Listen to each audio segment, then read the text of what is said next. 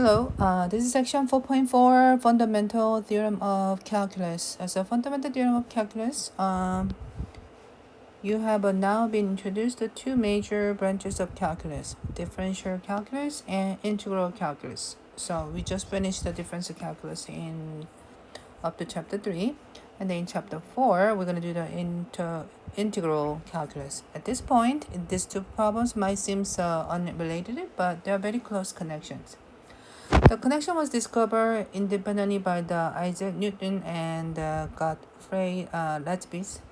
It is stated the fundamental theorem of calculus. Informally, the theorem states the differentiation and definite integration are inverse operations. So in the same sense, the division, multiplication are inverse operation. To see how the Newton and the Leibniz might have anticipate this relation, consider the approximation shown in the figure 4.27. So in order to find the differentiation, we are looking for the slope to the change in y over change in x. So you just need to put the tangent line to find the slope from 2 points, or you can just have a tangent line to find the slope too. For the definite integral, we are looking for the area. So it could be area of the rectangle, and then we just that is delta y times delta x, but area of the delta y and delta x is already we also can find the area of the region under curve too. Okay, the slope of the tangent line was defined using the quotient of sigma delta y over delta x, the slope of the sigma line. Similarly, area of the region under the curve was defined using the product of delta y times delta x, which is the area of the rectangle. So at least in primitive approximation stage, operation of the differentiation and definite integral appear to have inverse relationship in the same sense that the division, multiplication are inverse operation. So fundamental theorem of the calculus states the limit process used to the define the derivative and find the integral preserved this inverse relationship. So fundamental theorem of the calculus, if the function f continues on the closed interval from a to b, and then the f, uppercase f, is the antiderivative of the function f, which is on the interval between the a and b, then, and this is what we do. Okay, so we are finding the two limit, which is we are finding the area of the up to b, and then we subtract to the area less than a. So the following guidelines can help you understand the use of fundamental theorem of the calculus. So guideline for the using the fundamental theorem of the calculus, provided you can find the antiderivative of f, you now have a way to evaluate definite integral without having to use the limit of the sum. Number 2, when applying a fundamental theorem of calculus, notation shown below is convenient. So we are doing this notation to find this. Okay, and then so for instance, we do the derivative of the x cubed, which is x 4 over 4 from the 1 to 3, which is we plug it in 3 first and plug in 1 in the x place, and then we compute this. Also, if it's not necessary, include the constant integration c the in the antiderivative. In that case, we plus c, but the c is actually cancels out by the subtraction anyway. All right, so let's evaluate each definite integral. So we are looking for the find the area from the one-to-one these functions. Actually, the meaning is this: when you have a graph of this function, and then we just need to find the area for this one. So I'm using the formula. Okay, so what we do is x squared is the antiderivative is x cubed over 3 minus 3x that from the 1 to 2. So now I'm plugging in the 2 as an x, 3 minus 3 times 2, and subtract the 1 cubed over 3, subtract the 3 times 1, and then I'm getting as 8 third, subtract 6, subtract 1 third minus 3, which becomes negative 2 third for this case. Now for the second one, what I want to do is you can pull out the 3 in front of the integral, and then square of x, I can put the x to the half power dx, and then 3 times up, and then I put the derivative, so x to the half plus 1 the half plus 1, and then it's from the 1 to 4. And then plug it in, but I want to simplify first. So this is actually the x to the 3 over 2, which is 3 over 2, and 1 to 4. And then if you multiply, this is exactly same as times by 2/3, which cancel 3. So it's going to be 2 of, now you have x to the 3 over 2 from the 1 to 4. So you got 2 times put the 4 3 over 2 power minus 1 3 over 2 power. So when you simplify, you should get as 14. Alright, what about C? Okay, when you do the secant square x comes a tangent x from the 0 to pi over 4. So plug it in, tangent pi over 4, subtract tangent 0. So tangent pi over 4 is 1, and tangent 0 is 0, and then equal to 1. Alright, okay, so the mean value theorem for the integral. So you saw that the area of the region under the curve is greater than the area of the inscribed rectangle, and less than the area of the circumscribed rectangle. So we talked about that the previous sections. The mean value theorem for the integral states that somehow the between the inscribed and subscribed rectangles, there is a rectangle whose area is precisely equal to the area of the region under the curve is shown as this one.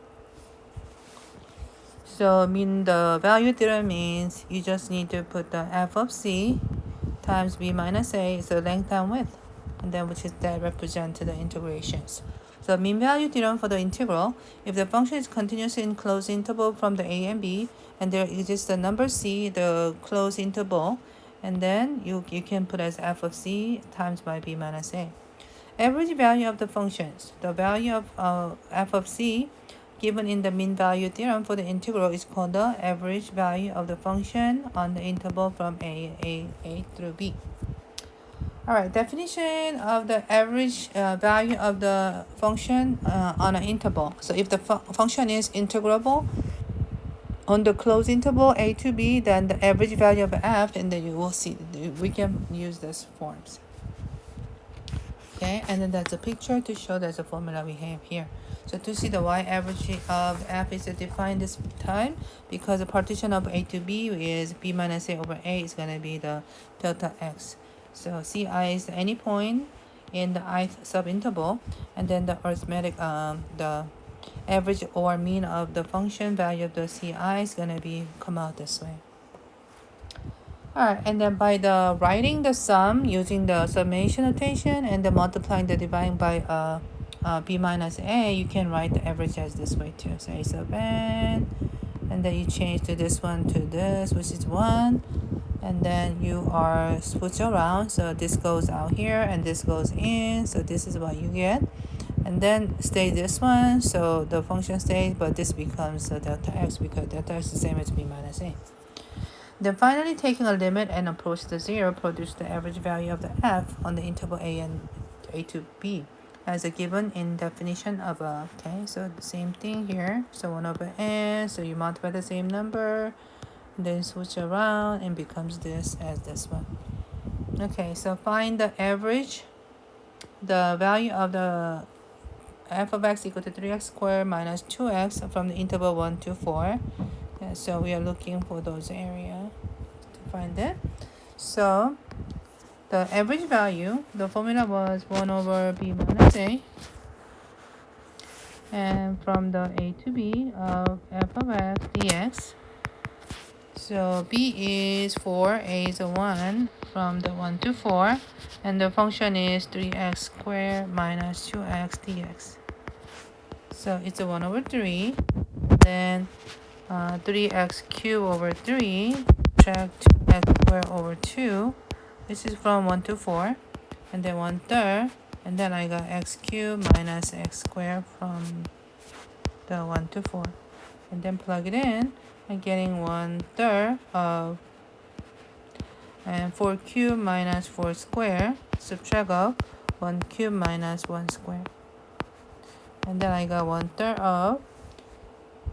of, it's gonna be the 64 minus 16 minus 0, which is it's going to be 48 over 3, and then simplify as a 16. So area of here is going to be about 16.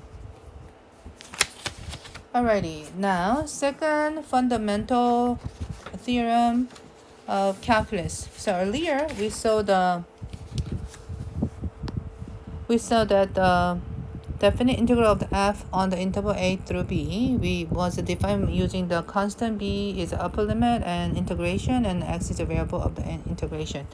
However, slightly different situation may arise in which the variable x is in use in the upper limit of the integrations. So to avoid the confusion of the using x in two different ways, t is temporarily used as the variable of the integration. So remember, the definite integral is not a function of its variable integration. So definite integral as a number, so we put the a through b is a constant number, and the f is a function of x. And also, if you put the antiderivative, which is instead of the b, we put the x in here, which is f is a function of x, and you use another variable, so t. So f is a function of t this time. So we're going to evaluate the function as this form from here. So which is, I already put actually the area there. So if you have an antiderivative, which is this is the same as so if I do this one to up to here, and then it becomes the sine t from the 0 to x, which is sine x minus sine 0, which is sine x only the stage, okay? And then the sine 0 to 0. So we'll get x equal to 0 and x equal to pi over 6, about this amount, 4, and then x equal to pi over 2, and then covers the all as the pink area. So you can think of the function f is accumulating the area under the curve, f of t equal to cosine t from the t equal to 0 to x. So for x equal to 0, the area of the 0 and the f of 0 is 0, and then pi over 2, f of pi over 2 over 1 give the accumulated area under the cosine curve integral to the 0 to pi over 2. So this interpretation of the integral as an accumulated function is used often in the application of the integration. Alright, the next page, we're going to talk about example 3. In example 3, note that the derivative of the f is the original integrand with only the variable change it, that is derivative of f of t, because that's the sine of x, and then same as the integrations come out as x actually. This is easier to generalized in the following theorem as a second fundamental. So the theorem 4.1, the second fundamental theorem of the calculus. The function is continuous in open interval. Interval I contain a, and then every x in the interval is going to be this way. Alright, so using the area model for the definite integral approximation, so f of x delta x is same as x to the up to the x plus delta x, and the f of t to dt. So it can be viewed as saying the area of the rectangle of the highlight f of x width of delta x is approximately equal to the area of the region lying between the graph of f and the x-axis on the interval x to the x plus delta x, because delta x has been increased as is shown as a figure of the below here. Alright, so let's try number 4 to see what we can do about this. So in order to do this, okay, so I want to say the function we have here is continuous, okay, and the entire number line, which is a arithmetical function, is continuous from the 0. And then using the second fundamental theorem that you can write as, so evaluation from here, so it's gonna be this is the same as, you can just say this is the same as x squared plus 1. Yeah, that's all. Okay, net change theorem. So the fundamental theorem of the calculus states that the functions are continuous and on the closed interval a and b, and then f is the antiderivative of the f and a and b, and then we'll get this form, and then the f prime of x same as f of x. So when you put then we get the same thing too. So where the quantity f of b minus f of a represents the net change of the f of x on the interval a and b. So net change, the net change theorem. So if the f prime of x is the rate of the change of quantity f of x, then the definite interval of the f prime of x from the a to b gives the total change or net change of the f of x on the interval from a to b. So we get this form. Alright, so let's do the number 5. So in number 5, chemical flows in a storage tank at a rate of 180 plus 3t liters per minute, where t is the time in a minute and 0 is less than equal to t is less than equal to 60. Find the amount of the chemical that flows onto the tank during the first 20 minutes. So I'm going to say let C of t be the amount of the chemical in the tank.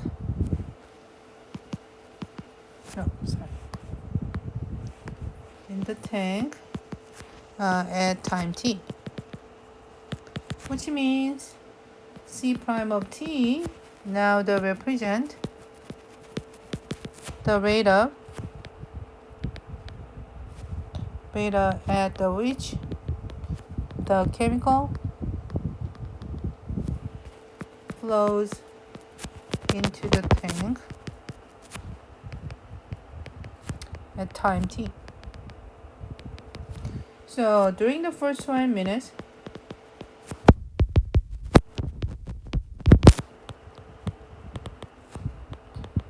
the amount flow is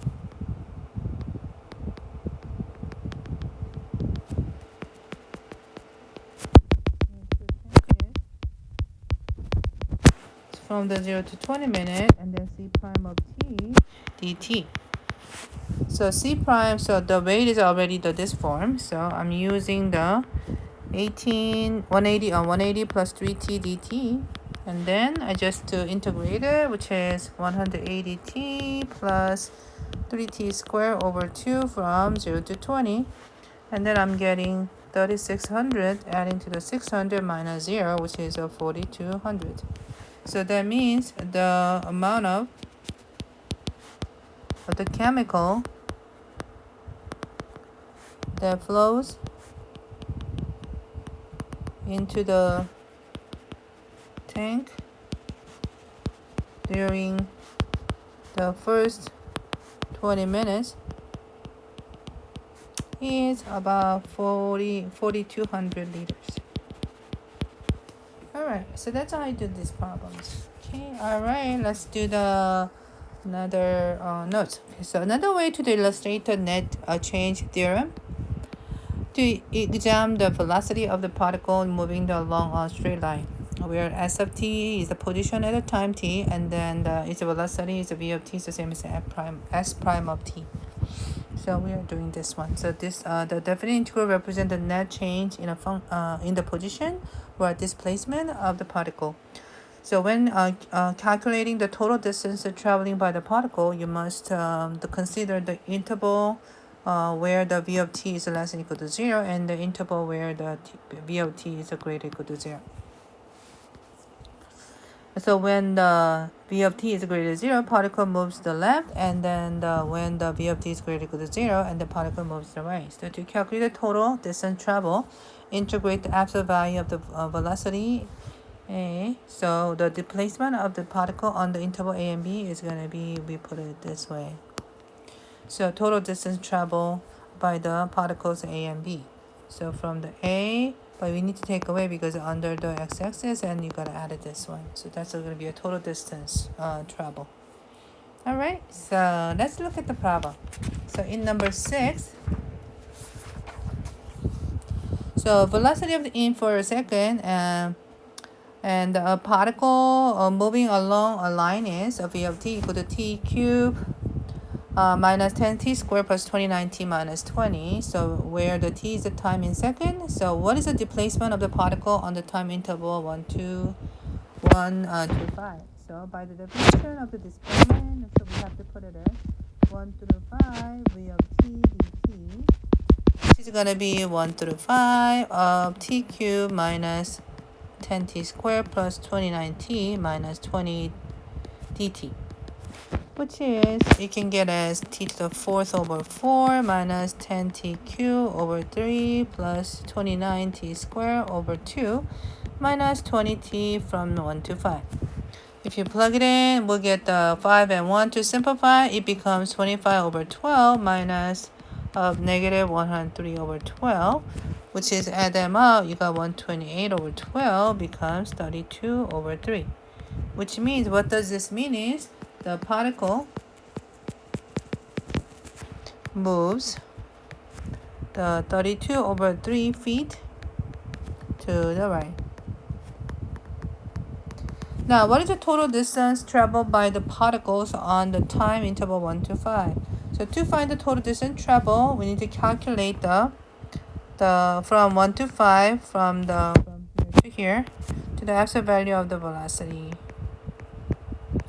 So, and then the v of t was actually if you look at the v of t, is a vectorable.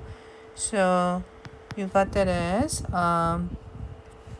can kind of change it here. So this is actually give us a positive area and this is a negative area. So I want to say it's from the 1 to 4, you got positive v of t dt. And also from the 4 to 5, it's going to be the negative of the v of t dt. So if you use those, v of t was t cubed minus 10t squared plus 29t minus 20 dt,